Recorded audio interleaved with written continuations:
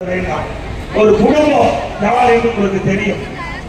திராவிட முன்னேற்ற கழகம் தலைவர் ஸ்டாலின் குடும்பம் நாட்டை சுருட்டி கொண்டிருக்கிறது. அதிலிருந்து நாட்டை காப்பாற்ற, தமிழகத்தை காப்பாற்ற அது தாண்டி நடந்த சட்டமன்ற பொறுத்தவரை அனைத்து திராவிட முன்னேற்ற கழக கூட்டணியை ஆதரித்து வெற்றி பெற செய்து தமிழகம் ஒரு ஜனநாயகம் உள்ள ஒரு நாடு. தமிழகம் சுதந்திரமாக மக்கள் வாழ வேண்டும். நாட்டு மக்களுக்கு தேவையான அடிப்படை அனைத்தும் அந்த மக்களுக்கு கிடைக்க வேண்டும். அப்படிப்பட்ட ஒரு அற்புதமான ஆட்சி அதிமுக ஆட்சி தான் கொடுக்க முடியும் என்பதை நேரத்தில் சுட்டிக்காட்டி அதிமுக ஆட்சிக்கு வரை பல்வேறு திட்டங்களை கொண்டு நாங்கள் நிறைவேற்றிருக்கிறோம். இன்னைக்கு படித்த இளைஞர்களுக்கு வேலைவாய்ப்பு உருவாக்கி தர வேண்டுவதற்காக 2016 மாண்பு அம்மா ஒரு சென்னையிலே உலக முதலீட்டாளர் மாநாட்டை நடத்தி சுமார் 2,42,000 கோடி தொழில் முதலீட்டு ஈர்க்கப்பட்டு 98 புரிந்துணர்வு ஒப்பந்தங்கள் போடப்பட்டு இன்றைய தினம் முழுவடைந்து பல நிறுவனங்கள் அந்த தொழில் தொடங்கப்பட்டு பல்லாயிரக்கணக்கான பேருக்கு வேலை வாய்ப்புகளை பெற்று தந்த அரசாங்கம் அதிமுக அரசாங்கம். அதே போல 2019 அம்மாவுடைய அரசு நான் முதலமைச்சர் இருந்த காலத்தில் தொழில் முதலீட்டாளர் மாநாட்டை நடத்தி சுமார் 3,05,000 கோடி தொழில் முதலீட்டை ஈர்க்கப்பட்டு 304 புரிந்துணர்வு ஒப்பந்தங்கள் போடப்பட்டு பணிகள் முடிகின்ற தருவாயில் பல தொழிற்சாலை இருக்கின்றன. அதையெல்லாம் முழுமை பெறுகிற பொழுது தமிழகத்திலே நேரடியாக 5 லட்சம் பேருக்கு வேலைவாய்ப்பு கிடைக்கும், மறைமுகமாக 5 லட்சம் பேருக்கு வேலைவாய்ப்பு கிடைக்கும். ஆக இளைஞர்களுக்கு வேலைவாய்ப்பை உருவாக்கி தந்த அரசாங்கம் அதிமுக அரசாங்கம். சிந்திச்சு பாருங்க. எப்போ திராவிட முன்னேற்ற கழகம் இன்னைக்கு புரிந்துணர்வு ஒப்பந்தம் போடுறாங்க, தொழில் முதலீட்டு ஈர்ப்பதாக சொல்லி வருகிறார்கள். ஆனால் பல முறை நாங்கள் கேட்டுவிட்டோம், நீங்கள் எத்தனை தொழில் தமிழகத்தில் வருவதற்கு புரிந்துணர்வு ஒப்பந்தம் போட்டீர்கள், எவ்வளவு முதலீடு ஈர்த்தீர்கள், வெள்ளை அறிக்கை இதுவரைக்கும் கிடைக்கல. அத்தனையும் திட்டத்தை விளம்பரப்படுத்தி இன்றைக்கு ஆட்சி தக்க வைத்துக் கொண்டிருக்கின்ற கட்சி திமுக கட்சி, திமுக அரசாங்கம். அண்மையில திரு ஸ்டாலின் அவர்கள் வெளிநாடு போவதாக சொல்லிக் கொண்டிருக்கிறார். வெளிநாடு போய் தொழில் முதலீட்டு ஈர்ப்பதாக சொல்கிறார். எல்லா மாவட்டமும் வெளிநாடு போறாங்க, தொழில் முதலீட்டு ஈர்ப்பதற்காக போறாங்க. தமிழ்நாடு முதலமைச்சர் வெளிநாடு போய் சைக்கிள் ஓட்டிருக்காங்க. எங்க வெளிநாடு போய் சைக்கிள் ஓட்டிட்டு போற காட்சி தொலைக்காட்சி. இதுவே நாட்டு மக்களுக்கு முக்கியம். இதுக்காக ஓட்டு போடுறவங்களை தேர்ந்தெடுத்து நீங்க வெளிநாடு போய் சைக்கிள் ஓட்டி அந்த காட்சியை இந்த ஏழை மக்கள் பார்க்க வேண்டுமா? இப்படி ஒரு அளவோட ஆட்சி தேவையா? சிந்திச்சு பாருங்க. இன்றைக்கு இவர் உடல்நிலை சரியில்லை, திரு ஸ்டாலினுக்கு திடீரென்று உடல்நிலை சரியில்லாம போயிடுச்சு. உடனே மருத்துவமனைக்கு சேர்க்கப்பட்டால் அங்க போய் மருத்துவ சிகிச்சை பெற்று வரலாம். அவனோடு வர வேண்டும் என்று அனைவரும் வாழ்த்தினோம், நாங்களும் வாழ்த்தினோம். ஆனா அங்க போய் ஒரு சீட் போடலாம். 2 நாள் கழிச்சு அங்க இருக்கிற அதிகாரிகள் அழைச்சு டிஸ்கஸ் பண்ணி உடனுக்குடன் இந்த அரசாங்கம் போய் ஆணைய அதை நிறைவேற்ற வேண்டும். எவ்வளவு பணம்! 18 நாள் போய் வெளிநாட்டில் உல்லாசமா இருந்தீங்க. அப்ப எப்ப தமிழ்நாட்டு மக்கள் உங்களுக்கு பார்க்க தெரியலையா? தமிழ்நாடு மக்களை நீங்க பார்க்கவில்லையே. 18 நாட்கள் வெளிநாடு போய் தங்கி இருந்தீங்களே, சைக்கிள் ஓட்டிட்டு இருந்தீங்களே. அப்பெல்லாம் அந்த நாட்டு மக்கள் உங்களுக்கு கண்ணுக்கு தெரியல, மக்கள் படுகிற துன்பம் தெரியல. ஆனா மருத்துவமனையில போய் ஏதோ ஸ்டாலின் இன்னைக்கு தமிழ்நாடுல வெறும் ஆபத்து வந்த மாதிரியும் உடனடியாக முதலமைச்சர் தலையிட்டு அதை தீர்வு காண்கின்ற மாதிரி ஒரு நாடகம் ஆடுகின்ற முதலமைச்சர் இன்றைய முதலமைச்சர் ஸ்டாலின். சிந்திச்சு பாருங்க, எப்படியெல்லாம் மக்களை ஏமாற்றுகிறேன். அது மட்டுமல்ல, இன்றைக்கு அண்ணா திராவிட முன்னேற்ற கழக அரசு இருக்கின்ற பொழுது கல்வியில புரட்சியும் மறுமலர்ச்சி ஏற்படுத்தினாங்க. அம்மா இருக்கின்ற பொழுது பல துறை இன்றைக்கு இருக்குது. ஆனா கல்வித்துறை சிறந்து விளங்க வருவதற்காக கல்விக்கு அதிகமாக நிதி ஒதுக்கீடு செய்த அரசாங்கம் அதிமுக அரசாங்கம். ஒரு மாநிலத்தில் கல்வி சிறந்து விளங்கினா அந்த நாடு வளரும், பொருளாதாரம் ஏற்றப்படும், அமைதி கிடைக்கும், வளம் கிடைக்கும். அங்கே சட்ட ஒழுங்கு பேணி காக்க முடியும். அனைத்து வேண்டும் என்றால் கல்வி வேண்டும். அந்த கல்வியை கொடுக்க வேண்டுவதற்காக இன்றைய புரட்சி தலைவி அம்மா இருக்கிற பொழுது கல்விக்கு, பள்ளி கல்விக்கு, உயர்கல்விக்கு அதிகமான நிதி ஒதுக்கீடு செஞ்சு இன்றைக்கு அதிகமான பள்ளிகளை திறக்கப்பட்டது. ஆரம்ப பள்ளி, நடுநிலைப் பள்ளி, உயர்நிலைப் பள்ளி, மேல்நிலைப் பள்ளி என்று அதிகமாக பள்ளிகளை திறந்து கற்போருடைய எண்ணிக்கை உயர்த்தப்பட்டது. அதே போல உயர்கல்வி அனைத்து இந்திய அண்ணா திராவிட முன்னேற்ற கழகம் 2011 2021 வரை 11 ஆண்டு காலம் சிறப்பான ஆட்சி கொடுத்தார். அந்த காலகட்டத்தில் ஒரே ஆண்டில் 11 அரசு மருத்துவக் கல்லூரி மருத்துவமனை கொண்டு வந்து சாதனை படைத்த அரசாங்கம் அண்ணா திமுக அரசாங்கம். அம்மா இருக்கின்ற பொழுது 6 11 இருந்து 16 வரை அண்ணா திமுக ஆட்சியில 14 இருந்து 21 வரை ஒரே ஆண்டில் 11 அரசு மருத்துவக் கல்லூரி மருத்துவமனை மொத்தம் 2010 2021 வரைக்கும் அனைத்து இந்திய அண்ணா திராவிட முன்னேற்ற கழக ஆட்சியில 17 அரசு மருத்துவக் கல்லூரி மருத்துவமனை கூட தமிழ்நாட்டில் திராவிட முன்னேற்ற கழகம் ஆட்சிக்கு வந்து 51 மாத காலத்துல ஒரு அரசு மருத்துவக் கல்லூரி மருத்துவமனை கூட கொண்டு வர முடியல. அதற்கு திறமை வேண்டும், திறமையான அரசாங்கம். ஒரு பொம்மை முதலமைச்சர் இன்றைக்கு தமிழகத்தை ஆண்டு கொண்டிருக்கின்றார். நான் இந்த விளையாட்டுக்கு சொல்லவில்லை, சிந்தித்து பாருங்கள். ஒரு அரசாங்கம் எப்படி செயல்பட வேண்டும் என்பதற்கு முன்னுதாரணமாக அரசு அண்ணா திமுக அரசாங்கம். பாலிடெக்னிக் கல்லூரி 21 பாலிடெக்னிக் கல்லூரி 67 சபை மற்றும் அறிவியல் 10 ஆண்டுல அண்ணா திமுக ஆட்சியில் திறக்கப்பட்டது. அதேபோல் 4 பொறியியல் கல்லூரி, 4 வேளாண்மை கல்லூரி, 5 கால்நடை மருத்துவக் கல்லூரி ஆராய்ச்சி நிலையம், 7 சட்டக் கல்லூரி அண்ணா திமுக ஆட்சியில் திறக்கப்பட்டு பாலிடெக்னிக் கல்லூரி, ஐடி கல்லூரி, இப்படி கல்லூரி அதிகமாக திறக்கப்பட்டது. இன்றைக்கு ஏழை எளிய குடும்பத்தில் பிறந்த மாணவ மாணவி குறைந்த கட்டணத்திலே கல்வி கற்று பட்ட படிப்பு படிக்கக்கூடிய சூழ்நிலை உருவாக்கி தந்தோம். 2030 தமிழகம் அடைய வேண்டிய இலக்கை 2019 உயர்கல்வியை இலக்கு அடைந்த ஒரே அரசாங்கம் அண்ணா திமுக அரசாங்கம். நாட்டிலே உயர்கல்வி படிப்பது முதல் மாநிலம் தமிழ்நாடு. நாட்டிலே உயர்கல்வி படிப்பது தமிழ்நாடு முதல் மாநிலம். 2019 20 அதை சாதித்து காட்டிய அரசாங்கம் அண்ணா திமுக அரசாங்கம். அது மட்டுமல்ல, இன்றைக்கு அனைத்து இந்திய அண்ணா திராவிட முன்னேற்ற கழக அரசுகளோடு கொரோனா காலம் ஒரு நல்லா தெரியும், ஒரு கடுமையான சோதனையான நேரம்.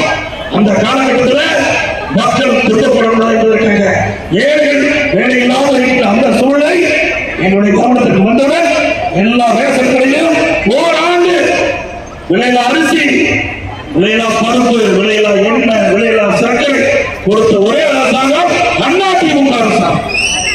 அது மட்டுமல்ல, ஏழை குடும்பத்தில் கற்பிணி பெண்கள், முதியோர்கள், மாற்று தொழிலாளிகள் அவர் வரிசை கீழே கிடக்கிறீங்க.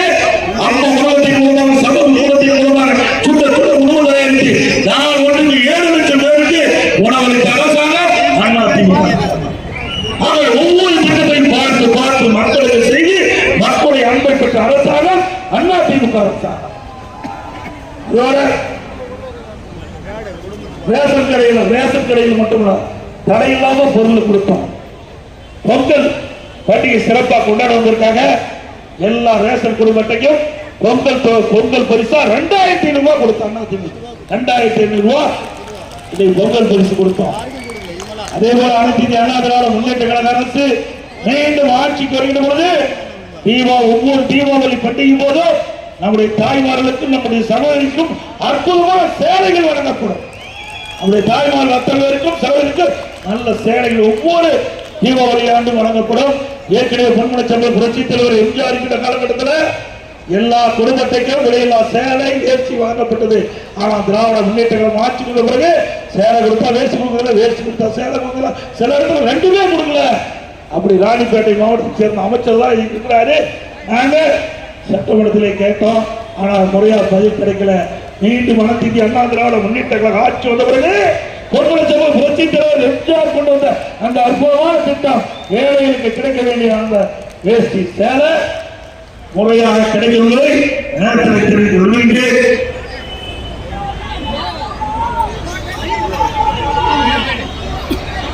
அது மட்டுமல்ல, 2021 சட்டமன்ற பொதுத் தேர்தல் போது திராவிட முன்னேற்ற கழக தலைவர் சுமார் 525 அறிவிப்புகள் வெளியிட்டார்.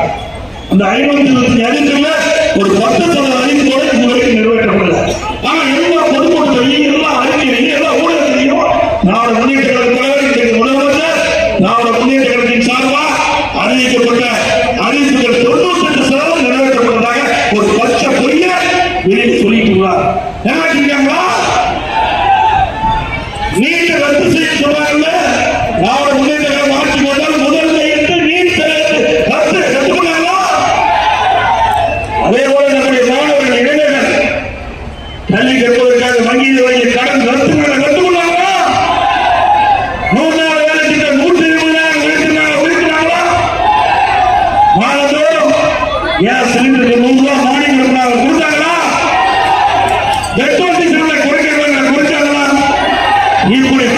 திட்டங்கள் திராவிட முன்னேற்ற திராவிட முன்னேற்ற கட்சி கொடுக்கப்பட்ட வாக்குறுதி மக்களை ஏமாற்றி ஆட்சிக்கு வந்து மக்களை மறந்த கட்சி திமுக கட்சி, திமுக அரசாங்கம்.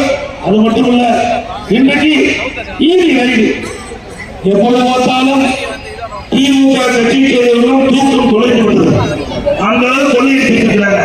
அப்பப்போ ஈடி யார் எந்த அமைச்சர் கடவுள் சென்றும் தெரியல, எல்லா அமைச்சரும் பழிந்து போய் இருக்கிறாங்க.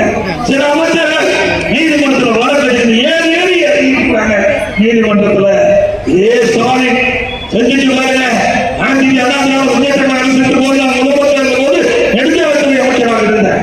அந்த காலகட்டத்தில் திராவிட முன்னேற்ற கழகத்தில் அந்த கட்சி சேர்ந்த ஒரு நிர்வாகி திமுக தலைவருடைய அவருடைய உத்தரவுகளை எங்களை வழக்கு போட்டாங்க. நெடுஞ்சாலை துறையில ஊழல் நடைபெற்றது வழக்கு போட்டாங்க. நீதிமன்றத்தில் வழக்கு வந்தது. வழக்கு போட்டவே வாபஸ் சொன்னாங்க. இல்ல, நான் வழக்கு நடத்துன்னு சொன்னேன். அப்போ நீதியரசு சொன்னார், வழக்கு போட்டவங்களே நீ வாபஸ் வாங்க, ஏன் நீங்க நடத்துன்னு கேட்டாரு. சொன்னேன், சட்டமன்றத்தில் பேசி பதிவு செஞ்சுட்டாங்க. வெளியெல்லாம் எடப்பாடி பழனிசாமி நெடுஞ்சாலை துறையிலே ஊழல் செய்திருந்தார் என்று மக்களிடத்திலே பழக்கி விட்டார்கள். அதை நான் நிரூபிக்க வேண்டும், இல்லை என்று நிரூபிக்க வேண்டும் என்று சொன்னேன். நடந்தேன். நிரவராது என்று உங்கள் வந்து நிற்கிறேன். நிரவராது நீதிமன்றத்தில் ஓட்ட வழக்கை எதிர்கொண்டு அதை வென்று நீதியரசை தீர்ப்பு பெற்று கொள்ளுமாறு சொல்லுங்க. எப்ப பார்த்தாலும் வாங்கிட்டே இருக்கிறாங்க திமுக காரங்க. இன்னைக்கு ஈடி ரைடு நாங்கெல்லாம் பயப்பட மாட்டேங்கிறாங்க. அப்படியா கூட்டி வச்சுக்கிறீங்க? ஏன் ரொம்ப கூட்டு போட்டுறீங்க? உங்களுக்கு தான் மடியில விளம்புல, வரியில பயமில்ல, நீங்க சிறப்பான ஆட்சி, தூய்மையான ஆட்சி அப்படின்னு சொல்லிக் கொண்டிருக்கிற திராவிட முன்னேற்ற கழக அமைச்சர்கள் ஏன் ரூம கூட்டி வச்சுட்டு போறீங்க? திறந்து விடுங்க, பாட்டுக்கு போட்டோம் இருந்தா நீங்க தான் ஒத்துமுறாச்ச. அப்படி இருக்கும்போது நீங்க எங்க பயப்படுறீங்க? ஈடிக்கண்டா இன்னும் சொல்ல போனா இன்னைக்கு டாஸ்மாக் ஊழல் விஸ்வரூபம் எடுத்திருக்குது. இன்னைக்கு ஈடி அதுல 1000 கோடி ஊழல் நடைபெற்றதாக கண்டுபிடிக்கப்பட்டு பத்திரிகையில செய்தி வெளிவந்திருக்குது. முறைகேடுகளாக 40,000 கோடி. சிந்திச்சு பாருங்க எந்த அளவுக்கு இந்த அரசாங்கம் ஊழல் செய்கிறது என்பதை சிந்திக்க வேண்டும். அது மட்டுமல்ல, திராவிட முன்னேற்ற கழகம் பேரறிக்கையில குறிப்பிட்டார்கள். திராவிட முன்னேற்ற கழகம் ஆட்சிக்கு வந்தா இந்த சொத்து வரி உயர்த்த மாட்டோம் என்று சொன்னாங்க. இன்றைக்கு இது மாநகராட்சி. இந்த மாநகராட்சியில கடைக்கு 180% வரி. 1000 ரூபாய் கடை வரினா இப்போ 2000 ரூபாய் கடை வரி போடணும். அண்ணா திமுக ஆட்சியில 1000 ரூபாய் வரிக்கிட்டா இப்போ 2000 ரூபாய் வரிக்கிட்டு கடைக்காரன் கடை வைத்திருக்கிறவன். அதேபோல வீட்டு வரி 100% உயர்த்தப்பட்டு விட்டது. 1000 ரூபாய் வீட்டு வரி அண்ணா திமுக ஆட்சியில் என்றால் இன்றைக்கு திராவிட முன்னேற்ற கழக ஆட்சியில் 2000 ரூபாய் வீட்டு வரி கட்ட வேண்டும். அதே போல குடிநீர் வரி உயர்த்தப்பட்டது. போறது குப்பைக்கு வரி போட்ட ஒரே அரசாங்கம் திமுக அரசாங்கம். குப்பைகளும் விட்டுருக்கல. அது மட்டும் இல்லாம மின்கட்டண உயர்வு இன்றைக்கு முதல் கட்டமாக 3 ஆண்டுக்கு முந்தி 52% மின்கட்டண உயர்வு, ஆண்டுக்கு 5% உயர்வு. இப்போ 3 ஆண்டு கழிச்சு மின்கட்டண உயர்வு 67% மின்கட்டணம் உயர்ந்திருக்குது. ஆக பீக்க வரல. இன்னைக்கு கடைக்கு பீக்க வரல, அதுக்கு ஒரு ரேட் போட்டு வசூல் பண்றாங்க. தொழிற்சாலைக்கு மின்கட்டண உயர்வு. இப்படி மக்களை வாட்டி வதிச்சு வரி மேல் வரி போட்டு மக்களை துன்புறுத்துகின்ற அரசாங்கம் தொடர வேண்டுமா? சொல்லுங்க. இன்றைக்கு திராவிட முன்னேற்ற கழக அரசு வந்த பிறகு இந்த மாநகராட்சியில வீட்டு பிளான் அப்ரூவ் பண்றாங்க. அண்ணா திமுக ஆட்சியில 37,800 ரூபாய் கட்டினா போதும் பிளானுக்கு. இன்றைக்கு திமுக ஆட்சியில 1000 சதுர அடிக்கு 88,000 ரூபாய் கட்டணும். ஆக 37,000 88,000 எந்த அளவுக்கு உயர்த்திருக்கிறது எண்ணி பார்க்க வேண்டும். வீட்டு பிளானுக்கு சென்னை நம்முடைய வேலூர் மாநகராட்சியில வீடு கட்ட வேண்டும் என்றால் பிளான், கடை கட்ட வேண்டும் பிளான், அதை அப்ரூவ் பண்ணணும்னா நீங்க 88,000 ரூபாய் கட்டித்தான் அப்ரூவ் வாங்கணும். அண்ணா திமுக ஆட்சியில வெறும் 37,800 ரூபாய்.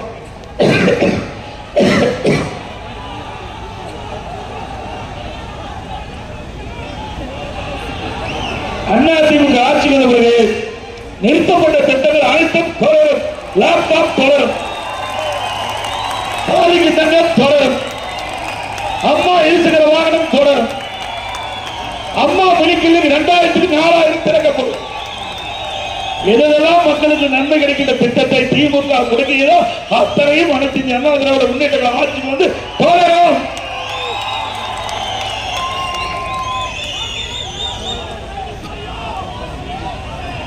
அதே போல வேலூர் மைய பகுதியில் 198 கோடியில அரசு பல்நோக்கு பெட்லேண்ட் மருத்துவமனை கட்டுவதற்கு அதிமுக ஆட்சியில் நடவடிக்கை மேற்கொள்ளப்பட்டது.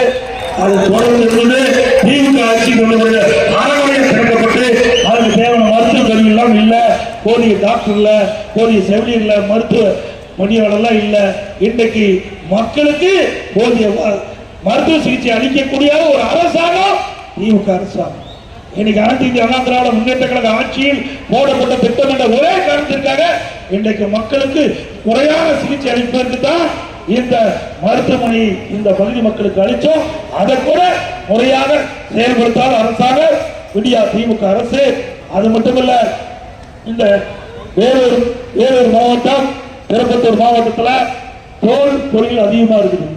இந்த பகுதியில் அது மட்டும் நகராட்சி, மாநகராட்சி, இன்றைக்கு வேலூர், காட்பாடி, வாணியம்பாடி, அப்புறம் ஆம்பூர், இதெல்லாம் இருக்கிற கழிவு நீர் அங்க இருக்கிற பாலாற்றில் போய் கலப்பதாக எங்கே செய்திகள் நீதிமன்றம் வரைக்கும் போயிருக்குது. அனைத்து இந்திய அண்ணா திராவிட முன்னேற்ற கழக ஆட்சி வந்த பிறகு இந்த மாசுபட்ட நீர் இந்த எங்கெல்லாம் வெளியேறுகிறதோ அங்க ஒரு பேட்டிகள் அமைக்கப்பட்டு செம்பு கட்டி ட்ரீட்மெண்ட் பண்ணி ஆற்றில் விடப்படும். இந்த திட்டம் அற்புதமான திட்டம். இந்த எதற்காக சொல்லி சொன்னால், இன்னைக்கு பாலாற்றில் இருக்கிற நீர் மாசுபடையாமல் பார்க்க வேண்டும், அதே நேரத்தில் தொழில் முடங்காமல் பார்க்க வேண்டும். ஆக தொழில் ஒரு பக்கம் சிறக்க வேண்டும், நதிநீர் மாசுபடாமல் பார்க்க வேண்டும். குடியிருக்கிற நதிநீரை பயன்படுத்துகிறோம், விவசாயத்துக்கு பயன்படுத்துகிறோம். ஆக நீர் சுத்தமாக இருப்பதற்கு அனைத்து இந்திய அண்ணா திராவிட முன்னேற்ற கழக அரசு பொது சுத்திகரிப்பு நிலையத்தை ஏற்படுத்தி நடவடிக்கை எடுக்கப்படும். இதே போலதான் இன்றைக்கு திராவிட முன்னேற்ற கழகத்தை சேர்ந்தவர்கள் இன்றைக்கு நடந்தாய்வாளி காவிரி திட்டம், நான் முதலமைச்சர் பொழுது அம்மாவுடைய அரசு இருக்கின்ற பொழுது பாரத பிரதமரை சந்தித்து காவிரி மேட்டூர் டேம் அங்கு திறக்கப்பட்ட நீர் கடல கலக்கின்ற வரை அந்த கரை 2 கரை ஓரமாக இருக்கின்ற மாசுபட்ட நீர், நகரத்திலிருந்து வெளியின்ற மாசுபட்ட நீர் காவிரி ஆற்றில் கலந்து மாசுபடுகிறது. அதே போல பவானி சாலையிலிருந்து திறக்கப்படுகின்ற நீர், அதே போல நொய்யல், அதே போல இன்னொரு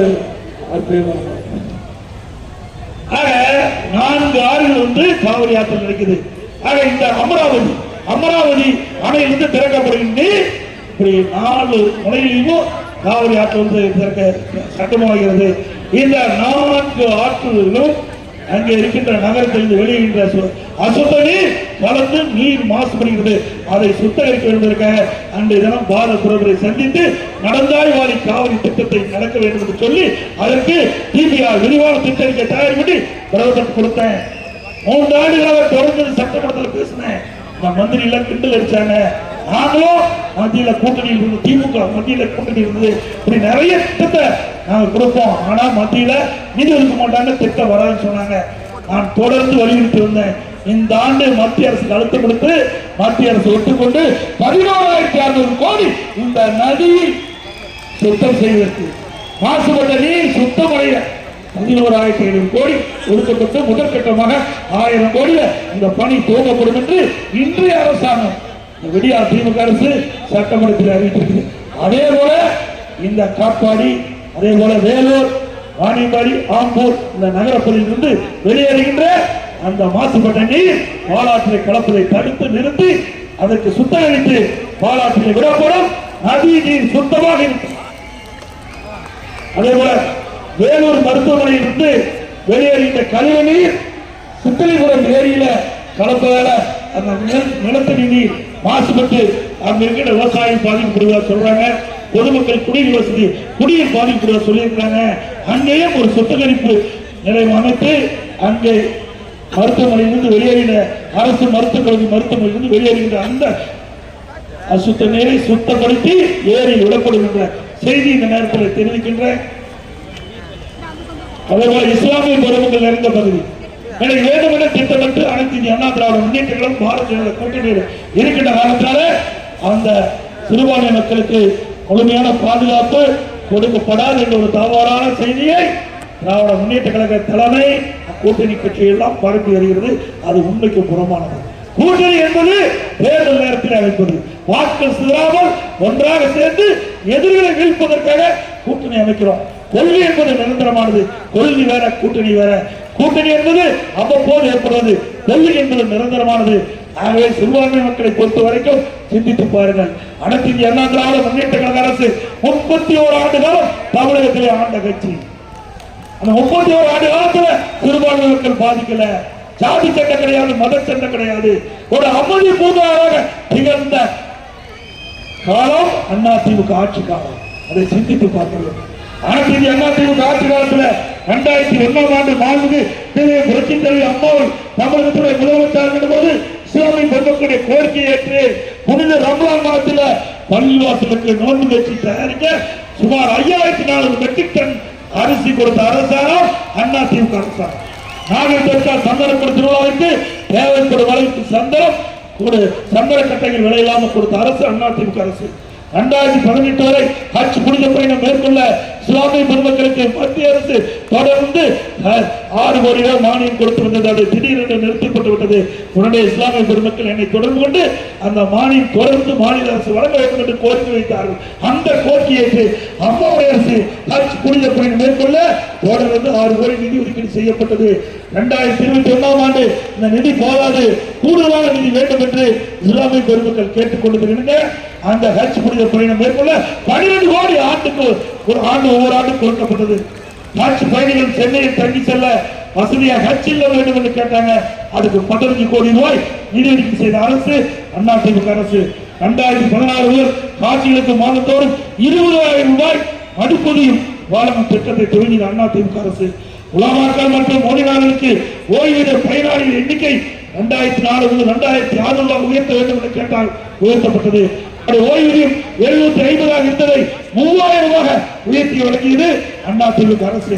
உலமாக்களுக்கு புதிய இருசக்கர வாகனம் வாங்க மானியம் வேண்டும் என்று கேட்டாங்க. 25,000 ரூபாய் மானியம் ஒவ்வொரு வாகனத்திற்கு கொடுக்கப்பட்டது. வாழ்க்கைக்கு ஆண்டு நிர்வாக மானியம் மற்றும் பள்ளிவாசல் தற்காவல் பழுதவர்கள் மற்றும் உடனடி பணிகள் மேற்கொள்ள நிதி வழங்கிய அரசு அதிமுக அரசு. இஸ்லாமிய வகுப்பினருக்கு நேரடி நியமன முறையில் நிரப்பப்படாத பணியிடங்களுக்கு முன்கொடுமை முறையை நீடிக்க அரசாணை வழங்கப்பட்ட அரசு அதிமுக அரசு. 2018ஆம் ஆண்டு கஜா புயல் பெரும் மழை வெள்ளத்தால் பாதிப்படைந்த நாகூர் தர்காவின் குளக்கரை சேதமடைந்தது. நானே நேரடியாக போய் அந்த குளக்கரையை பார்வையிட்டு அதை சீர் செய்வதற்கு 4.25 கோடி நிதி ஒதுக்கீடு செய்யப்பட்டு சரி செய்த அரசு அதிமுக அரசு. சிறுபான்மை பொருளாதார மேம்பாடு கழகம் அமைப்பட்டது அனைத்து இந்திய அண்ணா திராவிட முன்னேற்ற கழக அரசு. அதே போல 2019ஆம் ஆண்டு ராமாபுரத்தில் இன்றைக்கு மறைந்த பாரத ரத்னா டாக்டர் APJ அப்துல் கலாம் அவருடைய பெயரில் கலை மற்றும் அறிவிக்கிறது கொண்டு வந்த அதிமுக ஆட்சி.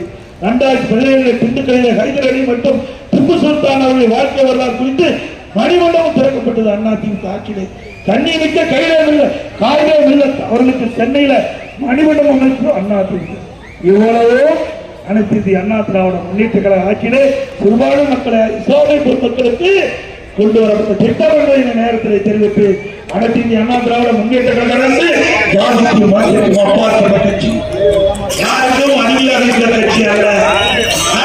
31 ஆண்டுகளும் நம்முடைய ஆட்சி நீங்கள் பார்த்திருக்கிறீர்கள். தமிழகத்தில் இருக்கிற மக்கள் அனைவரும் நல்லதோடு வளமோடு செல்வத்தோடு வாழ வேண்டும் என்பதுதான் என்னுடைய கட்சியினுடைய நோக்கம், என்னுடைய அரசுடைய நோக்கம்.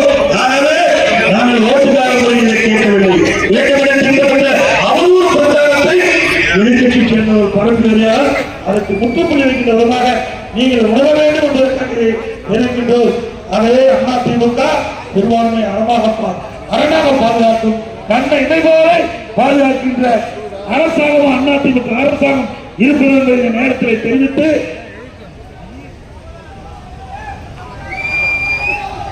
இன்று உலக புகைப்பட தினம். இன்று உலக புகைப்பட தினம்.